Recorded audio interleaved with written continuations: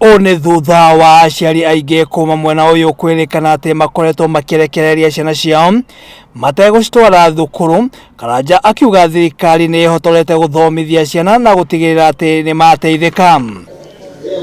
Thirikari nĩyoete makinya mahiũ kũrĩ aciari matatwara ciana thukuru.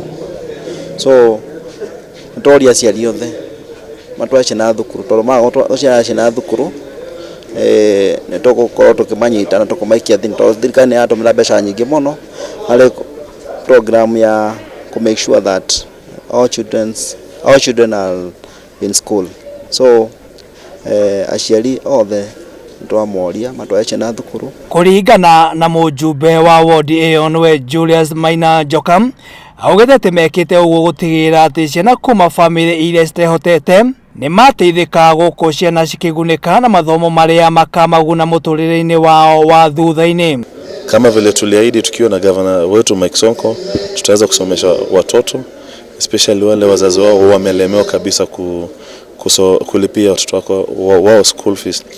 Na ndio maana county government ikatenga pesa fulani karibu milioni 350 ili kuweza kusomesha watoto wa Kariobangi wa Nairobi, na Kariobangi North pia imejumuishwa pale. So leo nimekuja na bursary zile ambazo niliahidi watoto wali apply early this year na tumeweza kuwapatia leo. Karibia. Afuatwe na Anointed High School. Toto anaitwa Kelvin Joroge. Makiria ma bursary 650 kuri arutwo a thekondarĩ nĩo mateithĩkĩte gũkũ mũingĩ ũgĩtũgĩria itacokia rĩu. Na muno nĩ tondũ wa kuona bursary, nĩ tondũ mwana nĩ ararĩ na thĩna wa bursary na rĩu nĩ ndaheo bursary. Ngai